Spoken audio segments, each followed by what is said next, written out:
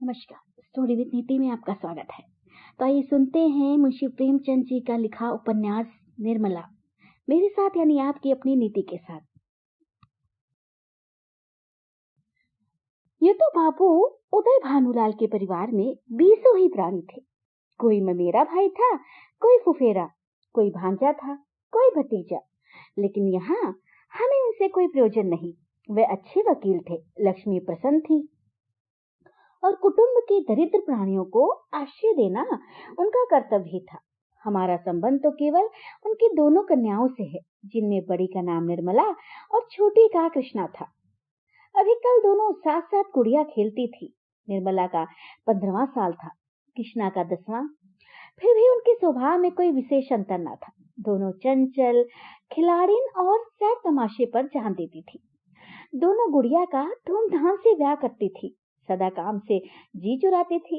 माँ पुकारती रहती थी, पर दोनों कोठे पर छिपी बैठी रहती थी कि ना जाने किस काम के लिए बुलाती हैं। दोनों अपने भाइयों से लड़ती थी, नौकरों को डांटती थी और बाजे की आवाज सुनते ही द्वार पर आकर खड़ी हो जाती थी। परंतु आज एकाएक एक ऐसी बात हो गई है जिसने बड़ी को बड़ी और छोटी को छोटी बना दिया है। कृष्णा वही है, पर निर्मला बड़ी गंभीर, एकांत, प्रिय और लज्जाशील हो गई है। इधर महीनों से बाबू उदय भानुलाल निर्मला के विवाह की बातचीत कर रहे थे। आज उनकी मेहनत टिकाने लगी है। बाबू भालचंद्र सिन्हा के ज्येष्ठ पुत्र भूमोहन सिन्हा से बात पक्की हो गई है। वर के पिता ने कह दिया है कि आप अपनी खुशी से ही दहेज दे या ना दे, मुझे इसकी परवाह नहीं है। हाँ, बारात में जो लोग जाएं, उनका आदर सत्कार अच्छी तरह होना चाहिए, जिससे मेरी और आपकी जग हंसाई ना हो। बाबू उदय भानुलाल थे तो वकील, पर संचय करना ना जानते थे। दहेज उनके सामने कठिन समस्या थी। इसलिए जब वर के पिता ने स्वयं कह दिया कि मुझे दहेज की परवाह नहीं, तो मानो उन्हें आंखें मिल गई। डरते थे ना जाने किस किस के सामने हाथ फैलाना पड़े। 2-3 महाजनों को ठीक कर रखा था। उनका अनुमान था कि हाथ रोकने पर भी 20,000 से कम खर्च ना होंगे। यह आश्वासन पाकर वे खुशी के मारे फूले न समाये। इसकी सूचना ने अज्ञान बालिका को मुंह ढांप कर एक कोने में बिठा रखा है। उसके हृदय में एक विचित्र शंका समा गई है। रोम रोम में एक अज्ञात भय का संचार हो गया है। ना जाने क्या होगा। उसके मन में वे उमंगे नहीं हैं जो युवतियों की आंखों में तिरछी चितवन बनकर, ओठों पर मधुर हास्य बनकर और अंगों में आलस्य बनकर प्रकट होती हैं। नहीं, वहां अभिलाषाएं नहीं है, वहां केवल शंकाएं हैं, चिंताएं और भीरू कल्पनाएं हैं। यौवन का अभी तक पूर्ण प्रकाश नहीं हुआ है। कृष्णा कुछ कुछ जानती है, कुछ कुछ नहीं जानती है। बहन को अच्छे अच्छे गहने मिलेंगे, द्वार पर बाजे बजेंगे, मेहमान आएंगे, नाच होगा, ये जानकर प्रसन्न है। और ये भी जानती है कि बहन सबके गले मिलकर रोएगी, यहाँ से रो धोकर विदा हो जाएगी। मैं अकेली रह जाऊंगी, ये जानकर दुखी है। पर ये नहीं जानती कि ये किस लिए हो रहा है। माताजी और पिताजी क्यों बहन को इस घर से निकालने को इतने उत्सुक हो रहे हैं। बहन ने तो किसी को कुछ नहीं कहा, किसी से लड़ाई भी नहीं की। क्या इसी तरह एक दिन मुझे भी ये लोग निकाल देंगे? मैं भी इसी तरह कोने में बैठकर रोऊंगी और किसी को मुझ पर दया ना आएगी। इसलिए वह भयभीत भी है। संध्या का समय था। निर्मला छत पर जानकर अकेली बैठकी आकाश की ओर त्रिषित नेत्रों से ताक रही थी। ऐसा मन होता था पंख होते तो वह उड़ जाती और इन सारे झंझटों से छूट जाती। इस समय बहुधा दोनों बहनें कहीं सैर करने जाया करती थी। बग्घी खाली ना होती तो बगीचे में ही टहला करती थी, इसलिए कृष्णा उसे खोजती फिरती थी। जब कहीं ना पाया तो छत पर आई और उसे देखते ही हंसकर बोली, तुम यहाँ आकर छिपी बैठी हो और मैं तुम्हें ढूंढती फिरती हूँ। चलो बग्घी तैयार करा आई हूँ। निर्मला ने उदासीन भाव से कहा, तू जा, मैं ना आऊंगी। कृष्णा, नहीं मेरी अच्छी दीदी, आज जरूर चलो, देखो कैसी ठंडी ठंडी हवा चल रही है। निर्मला, मेरा मन नहीं चाहता, तू चली जा। कृष्णा की आंखें डबडबाई, कांपती हुई आवाज से बोली, आज तुम क्यों नहीं चलती? मुझसे क्यों नहीं बोलती? क्यों नहीं? इधर उधर छिपी छिपी फिरती हो। मेरे जी अकेले बैठे बैठे घबराता है। तुम ना चलोगी ना तो मैं भी ना जाऊंगी, यही तुम्हारे साथ बैठी रहूंगी। निर्मला, और जब मैं चली जाऊंगी तब क्या करेगी? तब किसके साथ खेलेगी और किसके साथ घूमने जाएगी बता? कृष्णा, मैं भी तुम्हारे साथ चलूंगी, अकेले मुझसे यहाँ न रहा जाएगा। निर्मला मुस्कुराकर बोली, अच्छा, तुझे अम्मा जाने देंगी मेरे साथ? हाँ, तो मैं भी तुम्हें न जाने दूंगी। तुम अम्मा से कह क्यों नहीं देती कि मैं भी न जाऊंगी? निर्मला, कह तो रही हूँ, कोई सुनता ही नहीं। तो क्या यह तुम्हारा घर नहीं है? नहीं, मेरा घर होता तो कोई जबरदस्ती निकाल देता क्या? अच्छा, इसी तरह किसी दिन मैं भी निकाल दी जाऊंगी। निर्मला, और नहीं तो क्या, तू बैठी रहेगी? हम लड़कियां हैं, हमारा घर कहीं नहीं होता। कृष्णा, चंदर भी निकाल दिया जाएगा? नहीं पगली, चंदर तो लड़का है, उसे कौन निकालेगा? तो लड़कियां बहुत खराब होती हैं क्या? खराब ना होती तो घर से भगाई क्यों जाती? कृष्णा, चंदर इतना बदमाश है, उसे कोई नहीं भगाता। तुम तो कोई बदमाशी भी नहीं करती, एकाएक चंदर। इतनी देर में चंदर धम धम करता हुआ छत पर आ पहुंचा और निर्मला को देखकर बोला, अच्छा, आप यहाँ बैठी हैं? ओहो, अब तो बाजे बजेंगे, दीदी दुल्हन बनेगी, पालकी पर चढ़ेगी। ओए होए। चंदर का पूरा नाम चंद्रभानु सिन्हा था। निर्मला से 3 साल छोटा और कृष्णा से 2 साल बड़ा। निर्मला, चंदर, मुझे चिढ़ाओगे तो अभी जाकर अम्मा से कह दूंगी। चंदर, तो चिढ़ती क्यों हो? तुम भी बाजे सुनना। ओहो, अब आप दुल्हन बनेंगी। क्यों किशनी, तू बाजे सुनेगी ना? वैसे बाजे तूने कभी न सुने होंगे। कृष्णा, क्या बैंड से भी अच्छे होंगे? हाँ हाँ, बैंड से भी अच्छे, 1000 गुने अच्छे, लाख गुने अच्छे। तुमने जाने क्या एक बैंड सुन लिया तो समझने लगे कि उससे अच्छे बाजे नहीं होते। अरे, बाजे बजाने वाले लाल लाल वर्दियां और काली काली टोपियां पहनेंगे, ऐसे खूबसूरत मालूम होंगे ना कि तुमसे क्या कहूँ। आतिशबाजियां भी होंगी, हवाइयां आसमान में उड़ जाएगी, ओए होए। और वहां तारों में लगेंगी तो लाल पीले हरे नीले तारे टूट टूट कर गिरेंगे, बड़ा मजा आएगा ना दीदी? कृष्णा, और क्या क्या होगा चंदन, बता दे मेरे भैया, प्लीज बता दे। चंदन, मेरे साथ घूमने चल तो रास्ते में सारी बातें बता दूं। ऐसे ऐसे तमाशे होंगे कि देखकर तेरी आंखें खुल जाएंगी। हवा में उड़ती हुई परियां होंगी, सचमुच की परियां। कृष्णा, अच्छा चलो, लेकिन ना बताओगे तो मारूंगी। चंद्रभानु और कृष्णा चले गए, पर निर्मला अकेली बैठी रह गई। कृष्णा के चले जाने से इस समय उसे बड़ा क्षोभ हुआ। कृष्णा, जिससे वह प्राणों से भी अधिक प्यार करती थी, आज इतनी निठुर हो गई, अकेली छोड़कर चली गई।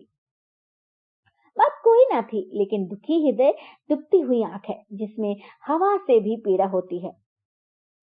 निर्मला बड़ी देर तक बैठी रोती रही। भाई बहन, माता पिता सभी इसी भांत मुझे भूल जाएंगे। सबकी आंखें फिर जाएंगी, फिर शायद इन्हें देखने को भी तरस जाऊं। बाग में फूल खिले हुए थे, मीठी मीठी सुगंध आ रही थी। चैत की शीतल मंद चल रही थी। आकाश में तारे छिटके हुए थे। निर्मला इन्हीं शोकमय विचारों में पड़ी पड़ी सो गई और आंख लगते ही उसका मन स्वप्न देश में विचरने लगा।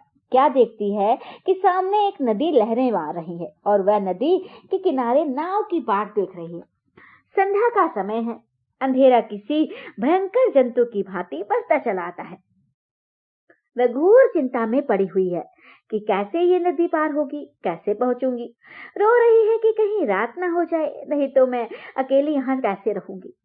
एकाएक उसे एक सुंदर नौका घाट की ओर आती दिखाई देती है। वह खुशी से उछल पड़ती है और जो ही नाव घाट पर आती है उस पर चढ़ने के लिए बढ़ती है, लेकिन जो ही नाव के पटरे पर पैर रखना चाहती है उसका मल्लाह बोल उठता है, तेरे लिए यहाँ जगह नहीं है। वह मल्लाह की खुशामद करती है, उसके पैरों पड़ती है, रोती है, लेकिन वह कहे जाता है, तेरे लिए यहाँ जगह नहीं है। एक क्षण में नाव खुल जाती है। वह चिल्ला चिल्ला कर रोने लगती है।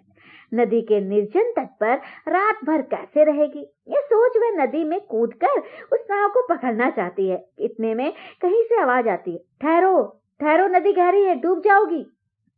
वह नाव तुम्हारे लिए नहीं है, मैं आता हूँ, मेरी नाव में बैठ जाओ, मैं उसे पार पहुंचा दूंगा। वह भयभीत होकर इधर उधर देखती है कि यार आवाज कहाँ से आई। थोड़ी देर के बाद एक छोटी सी डोंगी आती दिखाई देती है। उसमें न पाल है, न पतवार और न मस्तूल। पेंदा फटा हुआ है, तख्ते टूटे हुए हैं, नाव में पानी भरा हुआ है और एक आदमी उसमें से पानी उलीच रहा है। वह उससे कहती है, ये तो टूटी हुई है, ये कैसे पार लगेगी? मल्लाह कहता है, तुम्हारे लिए यही भेजी गई है, आकर बैठ जाओ। वह एक क्षण सोचती है, इसमें बैठूं या ना बैठूं। अंत में वह निश्चय करती है, बैठ ही जाओ। यहाँ अकेली पड़ी रहने से नाव में बैठ जाना फिर भी अच्छा है। किसी भयंकर जंतु के पेट में जाने से तो यही अच्छा है कि नदी में डूब जाऊं। कौन जाने नाव पर पार पहुंच ही जाए।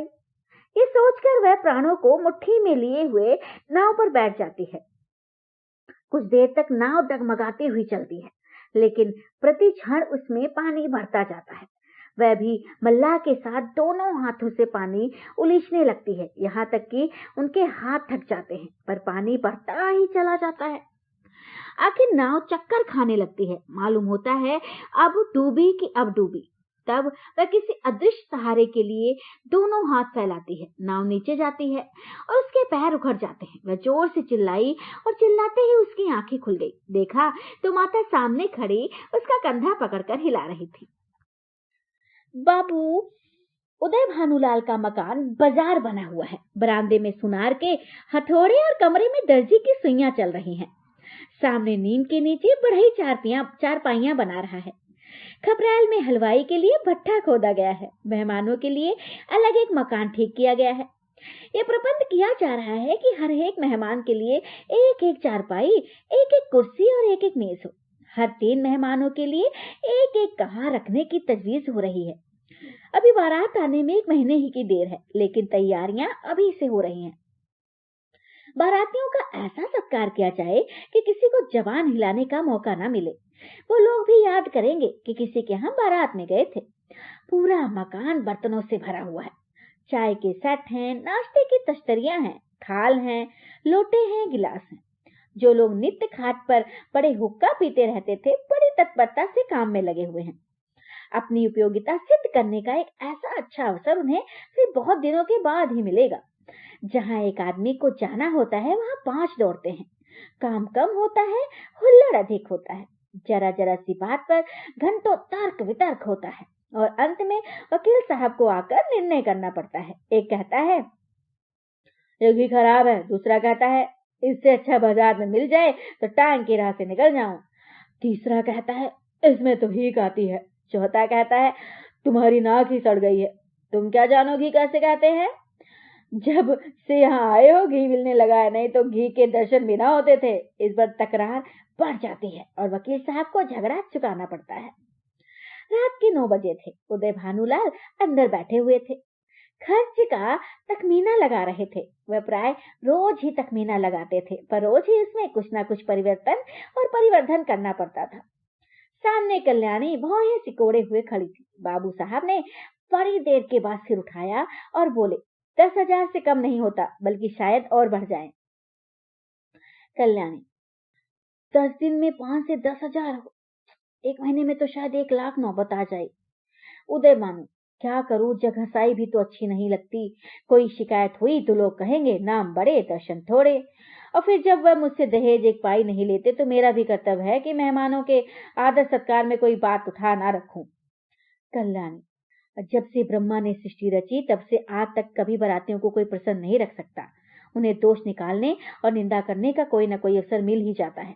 जिसे अपने घर सूखी रोटियां भी मैसर नहीं है, वह बारात में जाकर तानाशाह बन बैठता है। तेल खुशबूदार नहीं है, साबुन टके सेर का जाने कहां से बटोर लाए। कहां बात नहीं सुनते, लालटेनें धुआं देती हैं। कुर्सियों में खटमल है, चारपाइयां ढीली हैं, जनवासे की जगह हवादार नहीं है। ऐसी ऐसी हजारें शिकायत होती रहती हैं। उन्हें अब कहां तक रोकेगा। अगर ये मौका ना मिला तो और कोई अब निकाल जाएंगे। भाई ये तेल तो रंडियों के लगाने लायक है, हमें तो सादा तेल चाहिए। जनाब ने यह साबुन नहीं भेजा है, अपनी अमीरी की शान दिखाई है। अब मानो हमने साबुन देखा ही नहीं। ये कहा नहीं भैया यमदूत है, जब देखिए सिर पर सवार रहते हैं। लालटेनें ऐसी भेजी हैं कि आंखें चमकने लगती हैं। अगर 10-5 दिन इस रोशनी में बैठना पड़े तो आंखें फूट जाएं। जनवासा क्या है, अभागे का भाग्य। जिस पर चारों तरफ से झोंके आते रहते हैं। मैं तो फिर यही कहूंगी कि बारातियों के नखरों का विचार आप छोड़ ही दो। उदय भानु, तो आखिर तुम मुझे क्या करने को कहती हो? कह तो रही हूँ, पक्का इरादा कर लो कि मैं 5,000 से अधिक न खर्च करूंगा। घर में तो टका है नहीं, कर्ज ही का भरोसा ठहरा। तो इतना कर्ज क्यों ले कि जिंदगी में अदा ना हो? आखिर मेरे और बच्चे भी तो हैं, उनके लिए भी तो कुछ चाहिए। उदय भानु, तो आज मैं मर जाता हूँ। कल्याणी, अब जीने मरने का हाल कोई नहीं जानता, इसमें बिगड़ने की तो कोई बात है नहीं। मरना एक दिन सभी को है, कोई यहाँ अमर होकर तोड़े आया है। आंखें बंद कर लेने से तो होने वाली बात टलेगी नहीं।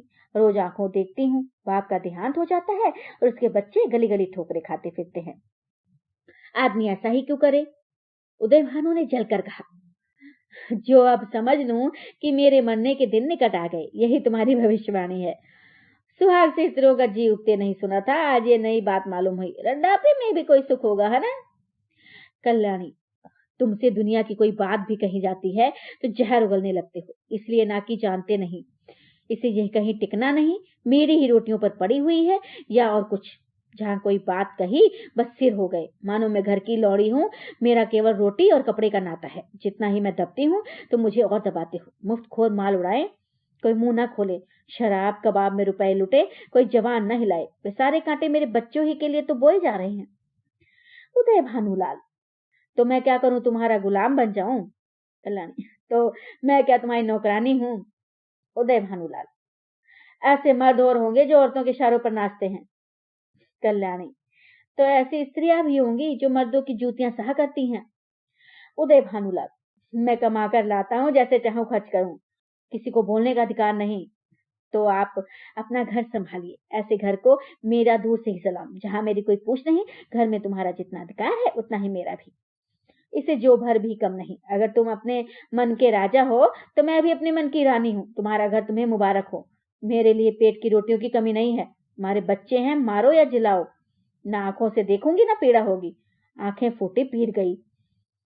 उदय भानु, अच्छा, क्या तुम समझती हो कि तुम ना संभालोगी तो मेरा घर ही ना संभलेगा? मैं अकेले ऐसे ऐसे 10 घर संभाल सकता हूँ। कल्याणी, कौन? अगर आज के महीने दिन मिट्टी में न मिल जाए तो कहना कोई कहती थी। ये कहते कहते कल्याणी का चेहरा तमतमा उठा। वह झमक कर उठी और कमरे के द्वार की ओर चली। वकील साहब मुकदमे में तो खूब मीन मेख निकालते थे, लेकिन स्त्रियों के स्वभाव का उन्हें कुछ यों ही सा ज्ञान था। यही एक ऐसी विद्या है जिसमें आदमी बूढ़ा होने पर भी कोरा रह जाता है। अगर वे अब भी नरम पड़ जाते और कल्याणी का हाथ पकड़कर बिठा लेते तो शायद वे रुक जाती, लेकिन आपसे ये तो ना हो सका। उल्टे चलते चलते एक और चरका दे दिया। बोले, मैके का घमंड होगा। कल्याणी ने द्वार पर रुककर पति की ओर लाल लाल नेत्रों से देखा और बिफर कर बोली, मैके वाले मेरी तकदीर के साथी नहीं है और ना मैं इतनी नीच हूं कि इनकी रोटियों पर जा पड़ूं। उदय भानु, अच्छा, तब कहां जा रही हो? तुम ये पूछने वाले कौन होते हो? ईश्वर की सृष्टि में असंख्य प्राणियों के लिए जगह है, क्या मेरे लिए जगह नहीं है? ये कहकर कल्याणी कमरे के बाहर निकल गई। आंगन में आकर उसने एक बार आकाश की ओर देखा, मानो तारागण को साक्षी दे रही है कि मैं इस घर में कितनी निर्दयता से निकाली जा रही हूँ। रात दोनों बेटों की चारपाई उसी के कमरे में रहती थी। वह अपने कमरे में आई, देखा चंद्रभानु सोया है। सबसे छोटा सूर्यभानु चारपाई पर उठ बैठा है। माता को देखते ही वह बोला, तुम कहाँ गई थी अम्मा? कल्याणी दूर ही से खड़े खड़े बोली, कहीं तो नहीं बेटा, तुम्हारे बाबूजी के पास गई थी। सूर्य, तो तुम तली दई, मुझे तेले डर लगता था, तुम क्यों तली दई बताओ?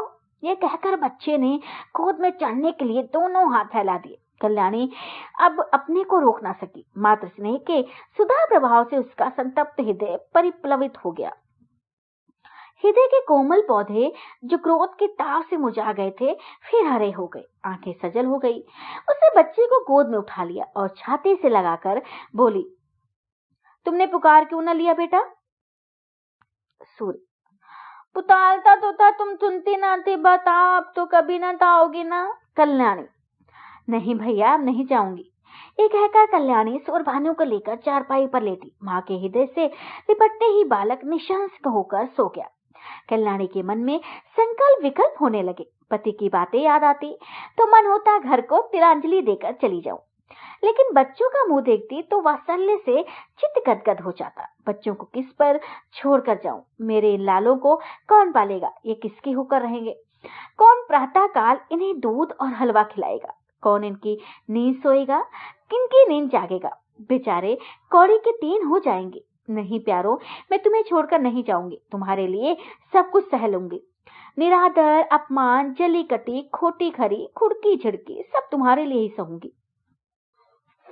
कल्याणी तो बच्चों को लेकर लेटी, पर बाबू साहब को नींद न आई। उन्हें चोट करने वाली बातें बड़ी मुश्किल से भूलती थी। उफ, ये मिजाज, मानो मैं ही इनकी स्त्री हूँ। बात मुंह से निकालनी मुश्किल है। अब मैं इनका गुलाम होकर रहूं? घर में अकेली ये रहें और बाकी जितने अपने बिगाने हैं सब निकाल दिए जाए। चला करती हैं, मनाती हैं ये किसी तरह मरे तो मैं अकेली आराम करूं। दिल की बात मुंह से निकल ही आती है, चाहे कोई कितना ही छुपाए। कई दिन से देख रहा हूं ऐसी ही जली कटी सुनाया करती हैं। महके का घमंड होगा, लेकिन वहां कोई न पूछेगा। अभी सब आवभगत करते हैं, जब जाकर सिर पड़ जाएगी तो आटे दाल का भाव मालूम हो जाएगा। रोती हुई जाएंगी। वाह रे घमंड, सोचती हैं मैं यहीं गृहस्थी चलाती हूँ। अरे अभी 4 दिन को कहीं चला जाऊं तो मालूम हो जाएगा सारी शेख ही किरकिरी हो जाएगी। एक बार इनका घमंड तोड़ ही दूं, जरा वैधव्य का मजा भी चखा दूं इनको। न जाने इनकी हिम्मत कैसे पड़ती है कि मुझे यूं कोसने लगती हैं।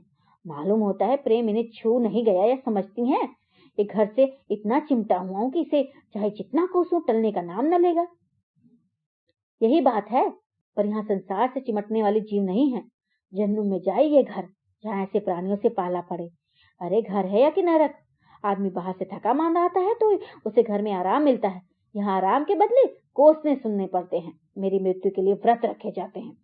ये 25 वर्ष के दाम्पत्य जीवन का अंत बस चल ही दूं। जब देख लूंगा इनका सारा घमंड धूल में मिल गया और मिजाज ठंडा हो गया तो मैं लौट आऊंगा। 4-5 दिन काफी होंगे। लो, तुम भी याद करोगे किसी से पाला पड़ा था। यही सोचते हुए बाबू साहब उठे, रेशमी चादर गले में डाली, कुछ रुपए लिए, अपना कार्ड निकालकर दूसरे कुर्ते की जेब में रखा, छड़ी उठाई और चुपके से बाहर निकले। सब नौकर नींद में मस्त थे। कुत्ता आहट पाकर चौंक पड़ा और उनके साथ हो लिया। पर वो कौन जानता था कि सारी लीला विधि के हाथों रची जा रही है। जीवन रंगशाला का वह निर्दय सूत्रधार किसी अगम गुप्त स्थान पर बैठा हुआ अपनी जटिल क्रूर किरणा दिखा रहा है। ये कौन जानता था कि नकल असल होने जा रही है, अभिनय सत्य का रूप ग्रहण करने वाला है। निशा ने इंदु को परास्त करके अपना साम्राज्य स्थापित कर लिया था। उसकी पैशाचिक सेना ने प्रकृति पर आतंक जमा रखा था। सद्वृत्तियां मुंह छिपाए पड़ी थी और कुवृत्तियां विजय गर्व से इठलाती फिरती थी। वन में वन्य जंतु शिकार की खोज में विचर रहे थे और नगरों में नर पिशाच गलियों में मंडराते फिरते थे। बाबू उदय भानुलाल लपके हुए गंगा की ओर चले जा रहे थे। उन्होंने अपना कुर्ता घाट के किनारे रखकर 5 दिन के लिए मिर्जापुर चले जाने का निश्चय किया था। उनके कपड़े देखकर लोगों को डूब जाने का विश्वास हो जाएगा। कार्ड कुर्ते की जेब में था, पता लगाने में कोई दिक्कत न हो सकती थी।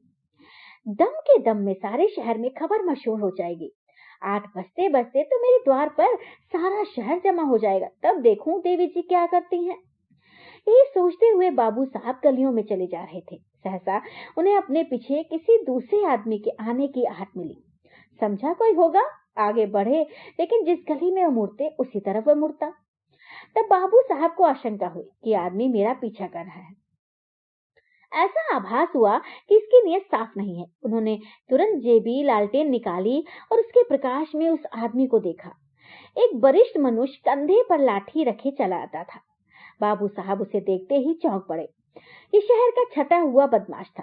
3 साल पहले उस पर डाके का अभियोग चला था।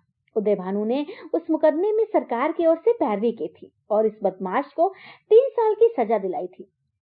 तभी से वह इनके खून का पैसा हो रहा था। कल ही वह छूट कर आया था। आज देवात ये इनसे दाव चुकाने का अच्छा मौका है। ऐसा मौका शायद ही फिर कभी मिले। तुरंत पीछे हो लिया और वार करने की घात में ही था कि बाबू साहब ने जेबी लालटेन चलाई। बदमाश जरा ठिठक कर बोला, क्यों बाबूजी, पहचानते हो मैं कौन हूँ? बाबू साहब ने डपट कर कहा, तुम मेरे पीछे पीछे क्यों आ रहे हो? बताइए, क्यों, किसी को रास्ता चलने की मनाही है? यह गली तुम्हारे बाप की है क्या? बाबू साहब जवानी में कुश्ती लड़े थे, अब भी हष्ट पुष्ट आदमी थे, दिल के भी कच्चे ना थे। छड़ी संभाल कर बोले, अभी शायद मन नहीं भरा, अब कि 7 साल को जाओगे? मतई, मैं 7 साल को जाऊंगा या 14 साल को, पर तुम्हें जिंदा ना छोड़ूंगा। हाँ, अगर तुम मेरे पैरों पर गिरकर कसम खाओ कि अब किसी को सजा न कराऊंगा तो छोड़ दूं। बोलो मंजूर है? उदय भानु, तेरी शामत तो नहीं आई? शामत मेरी नहीं आई, तुम्हारी आई है। बोलो, खाते हो कसम? खाओ। तुम हटते हो कि मैं पुलिसमैन को बुलाऊं? 2, 1, 2। उदय भानु, हट जा बदमाश सामने से। 3। उसे 3 शब्द निकालते ही बाबू साहब के सिर पर लाठी का ऐसा तुला हाथ पड़ा कि वे अचेत होकर जमीन पर गिर पड़े। मुंह से केवल इतना ही निकला, हाय, मार डाला। मतई ने समीप आकर देखा तो सिर फट गया था और खून की धार निकल रही थी। नाड़ी का कहीं पता ना था। समझ गया कि काम तमाम हो गया। उसने कलाई से सोने की घड़ी खोल ली, कुर्ते से सोने के बटन निकाल लिए, उंगली से अंगूठी उतारी और अपनी राह चला गया, मानो कुछ हुआ ही नहीं। हाँ, इतना कहा कि लाश रास्ते से घसीटकर किनारे डाल दी। हाय, बेचारे क्या सोचकर चले थे, क्या हो गया? जीवन तुमसे ज्यादा असर भी दुनिया में कोई वस्तु है क्या? वह इस दीपक की भांति ही क्षणभंगुर नहीं है जो हवा के एक झोंके से बुझ जाता है। पानी के एक बुलबुले को देखते हो, लेकिन उसे टूटते भी कुछ देर लगती है। जीवन में उतना सार भी नहीं, सांस का भरोसा ही क्या। और इसी नश्वरता पर हम अभिलाषाओं के कितने विशाल भवन बनाते हैं। नहीं जानते नीचे जाने वाली सांस ऊपर आएगी या नहीं, पर सोचते इतनी दूर है कि मानो हम अमर हैं। विवाह का विलाप और अनाथों का रोना सुनकर हम पाठकों का दिल न दुखाएंगे। जिसके ऊपर पड़ती है वह रोता है, विलाप करता है, पछाड़े खाता है। ये कोई नई बात नहीं है। हाँ, अगर आप चाहें तो कल्याणी की उस घोर मानसिक यातना का अनुमान कर सकते हैं जो उसे इस विचार से हो रही थी कि मैं ही अपने प्राण आधार की घातिका हूँ। वे वाक्य जो क्रोध के आवेश में उसके असंयत मुख से निकले थे, अब उसके हृदय को बाणों की भांति छेद रहे थे। अगर पति ने उसकी गोद में करा करा कर प्राण त्यागते होते तो उसे संतोष होता कि मैंने उनके प्रति अपने कर्तव्य का पालन किया। शोकाकुल हृदय को इससे ज्यादा सांत्वना और किसी बात से नहीं होती, और उसे इस विचार से कितना संतोष होता है कि मेरे स्वामी मुझसे प्रसन्न गए। अंतिम समय तक उनके हृदय में मेरा प्रेम बना रहा। कल्याणी को यह संतोष न था। वे सोचती ही थी, मेरी 25 बरस की तपस्या निष्फल हो गई। मैं अंत समय अपने प्राणपति के प्रेम के वंचित हो गई। अगर मैंने उन्हें ऐसे कठोर शब्द ना कहे होते तो वे कदापि रात को घर से ना जाते। ना जाने उनके मन में क्या क्या विचार आए हों। उनके मनोभाव की कल्पना करके और अपने अपराध को बढ़ा बढ़ाकर वह आठों पहर कुर्ती रहती थी। जिन बच्चों पर वह प्राण देती थी, अब उनकी सूरत से चिढ़ती थी। इन्हीं के कारण मुझे अपने स्वामी से रार मोल लेनी पड़ी। यही मेरे शत्रु हैं। जहां आठों पहर कचहरी से लगी रहती थी, वहां अब खाक उठती थी। वह मेला ही उठ गया। जब खिलाने वाला ही नहीं रहा तो खाने वाले कैसे पड़े रहते। धीरे धीरे 1 महीने के अंदर सभी भांजे भतीजे विदा हो गए, जिनका दावा था कि हम पानी की जगह खून बहाने वाले में हैं। वे ऐसे सरपट भागे कि क्या पीछे फिरकर भी ना देखा। दुनिया ही दूसरी हो गई। जिन बच्चों को देखकर प्यार करने को जी चाहता था, उनके चेहरों पर अब मक्खियां भिनभिनाती थी। न जाने वह कांति कहां चली गई। शोक का आवेग कम हुआ तो निर्मला के विवाह की समस्या उपस्थित हुई। कुछ लोगों की सलाह हुई कि विवाह इस साल रोक दिया जाए, लेकिन कल्याणी ने कहा, इतनी तैयारियों के बाद विवाह को रोक देने से सब किया धरा मिट्टी में मिल जाएगा और दूसरे साल फिर यही तैयारियां करनी पड़ेंगी, जिसकी कोई आशा नहीं है। विवाह कर ही देना अच्छा है, कुछ लेना देना तो है ही नहीं। बारातियों के सेवा सत्कार का काफी सामान हो चुका है।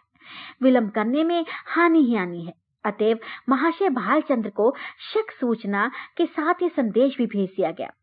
कल्याणी ने अपने पत्र में लिखा, इस अनाथनी पर दया कीजिए और डूबती हुई नाव को पार लगाइए। स्वामी जी के मन में बड़ी बड़ी कामनाएं थी, किंतु ईश्वर को कुछ और ही मंजूर था।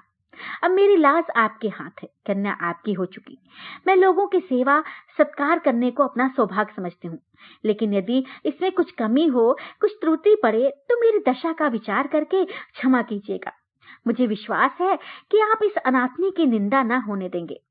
आदि कल्याणी ने यह पत्र डाक से न भेजा, बल्कि पुरोहित से कहा, आपको कष्ट तो होगा, पर आप स्वयं जाकर यह पत्र दीजिए और मेरी ओर से बहुत विनय के साथ कहिएगा कि जितने कम आदमी आए उतना ही अच्छा, यहाँ कोई प्रबंध करने वाला नहीं है। पुरोहित मोटेराम ये संदेश लेकर तीसरे दिन लखनऊ जा पहुंचे।